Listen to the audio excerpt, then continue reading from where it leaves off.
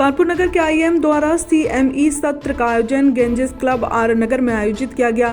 CME में doctor Sumit Narang तथा doctor Abhijit Sachan द्वारा वर्तमान समय में कार्डिक तथा वेस्कुलर सर्जरी पर अपने व्याख्यान प्रस्तुत किए गए। वक्ता डॉक्टर अभिजीत सचान ने बताया कि मस्तिष्क में रक्त वाहिकाओं का एक गुब्बारा होता है। अगर ये फट जाए तो मस्तिष्क में रक्त स्राव हो जाता है जो जानलेवा हो सकता है। लक्षणों के बारे में बताते हुए उन्होंने कहा कि बहुत तेज सिर दर्द का अनुभव होने पर ऐसी स्थितियां उत्पन्न होती हैं, अतः तुरंत चिकित्सा सहायता लेनी चाहिए।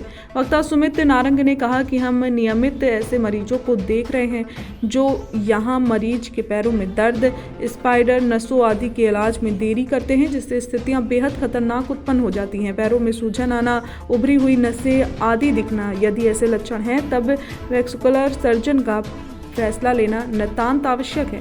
वेस्कुलर सिस्टम के बारे में बताते हुए उन्होंने कहा कि धमनियों, नसों और लसीका सर्कुलेशन की बीमारियों के इलाज के लिए इस पद्धति का उपयोग किया जाता है। उन्होंने बताया कि प्रक्रिया उन मरीजों में की जाती है जिनको हृदय की बीमारी होती है या उन्हें दिल का दौरा, स्ट्रोक या रक्त का थक्का बनने की समस्या है।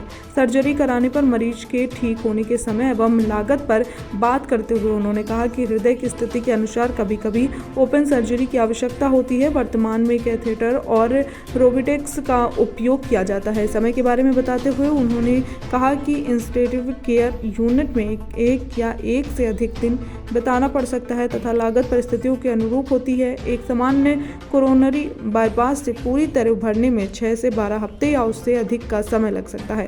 कार्यक्रम में IMA अध्यक्ष डॉक्टर पंकज गुलाटी, रोहन कुमार, अमित सिंह और राजीव कैंथ, राकेश वर्मा, संजय मिश्रा, डॉक्टर अर्चना भदौरिया, गौरव दुबे आदि IMA के डॉक्टर उपस्थित रहे। टुडे इंडिया लाइव न्यूज़ के लिए मनीष वर्मा की खास रिपोर्ट। देखिए, वेस्कुलर सर्जरी, वेस्कुलर मतलब खून की नसों की सर्जरी। अब खून तो पूरे शरीर में प्रवाह करता है, इसीलिए खून की नसें भी पूरे शरीर में होती हैं। तो इनमें मेन जो खून की नसें हैं, एक होती हैं जो खून ले जाती हैं जिन्हें आर्टरीज कहते हैं, और एक जो वापस लाती हैं जिन्हें वेन्स कहते हैं। तो लक्षण प्रतीत होते हैं कैसे? हाँ, तो जो खून लेना, आर्टरीज की जो बीमारी है उनके लक्षण अलग होते हैं और वेन्स के लक्षण अलग होते हैं।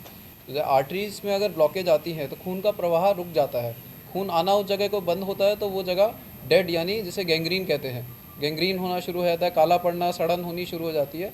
तो इसीलिए उसको तुरंत खोलना ज़रूरी होता है ताकि दोबारा खून का प्रवाह हो और उसे गैंग्रीन बनने से बचाया जा सके। इसी जो वेन्स के अंदर जो ब्लॉकेज होती है उसमें अक्सर कि खून वापस जाना रुका तो सूजन आनी शुरू हो जाती है, जिसे जो कि अगर खून जम गया तो जैसे DVT कहते हैं। और अगर खून बैक मार रहा है, क्योंकि वेन में जैसे ब्लड जाता है तो उसमें वाल्व्स होते हैं, अगर वो वाल्व लीक कर रहे हैं तो खून वापस जाना, आगे हार्ट की तरफ जाने की जगह बैक मारना शुरू कर देता है, जिसकी वजह से नसें फूलना शुरू हो जाती हैं, जिसे वेरिकोज वेन्स कहते हैं। तो दोनों का उपचार अलग अलग होता है। वेरिकोज वेन्स में जो वो ख़राब वाल्व्स होते हैं उनको ठीक किया जाता है, या जो बिल्कुल नसें फूल गई हैं उनको बांध दिया जाता है। जबकि जो खून जम गया है, DVT जो है, उसके अंदर खून को घुलाने के लिए दवाइयाँ दी जाती हैं, और कभी कभार जो है उसके लिए खून क्लॉट निकालने की सर्जरी भी की जाती है। जबकि आर्टरीज जो कि खून लाती हैं, जिसमें कि सडन अगर वो जिसमें कि खून का प्रवाह बंद हो तो गैंग्रीन और गैंग्रीन होने के चांसेस होते हैं, उसमें तुरंत उसको खोलना ज़रूरी होता है। और उसमें जहाँ तक क्या कहते हैं किस जगह पे है और कहाँ किस जगह पे ब्लॉकेज है, उसके आधार पे सर्जरी होती है। जैसे अगर वो पेट के अंदर हार्ट के पास की मेन नस में ब्लॉकेज है तो ऑपरेशन अलग होगा, अगर वो पैर की नस में है ब्लॉकेज तो वो ऑपरेशन अलग होगा। और उसी जगह के आधार पे आर्टरी का साइज़ और जो जोखिम और जो उसका वो ऑपरेशन का मैग्नीट्यूड है वो होता है, और इसी वजह से उसमें खर्चा भी अलग अलग रहता है, वो बहुत ज़रूरी है। देखिए, ब्रेन हेमरेज जो हमारा वैस्कुलर प्रॉब्लम होता है ब्रेन का, यानी दिमाग के अंदर जो खून की नसों की प्रॉब्लम होती है, तो वो मुख्य रूप से मरीज़ को ब्रेन हेमरेज करके ही प्रेजेंट करती हैं।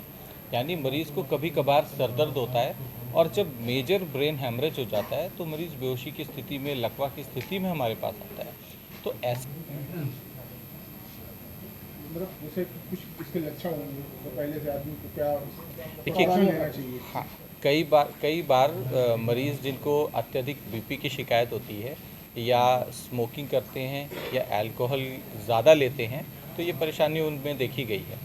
अब कई बार BP बढ़ने की वजह से ब्रेन हेमरेज हो जाता है, कई बार मरीज़ के दिमाग में एन्यूरिज्म या एवी मैलफॉर्मेशन या कैवर्नस मैलफॉर्मेशन या किसी और प्रकार की नसों में कोई परेशानी होती है जिसकी वजह से वो फट जाती है नस, तब ब्रेन हैमरेज हो जाता है। तो दोनों ही स्थिति में मरीज़ की स्थिति और ब्रेन हैमरेज कितना बड़ा है, कितना ब्रेन में प्रेशर बढ़ रहा है, कितना नाजुक हिस्से पे दबाव आ रहा है, उसके आधार पे ही मरीज़ को देख के उसका इलाज किया जाता है। ज़्यादातर केसेस में हम बिना ऑपरेशन के इस चीज़ों को मैनेज करने में कामयाब हो जाते हैं। जिन केसेस में प्रेशर ज़्यादा बढ़ रहा होता है और कोई प्रॉब्लम डिटेक्ट होती है, यानी एनोरिज्म, एवी मैलफॉर्मेशन या कोई कैवर्नस मैलफॉर्मेशन या कोई ब्रेन ट्यूमर है जो ब्लीड कर गया है, तब उनको ऑपरेट करके उनको ठीक किया जाता है।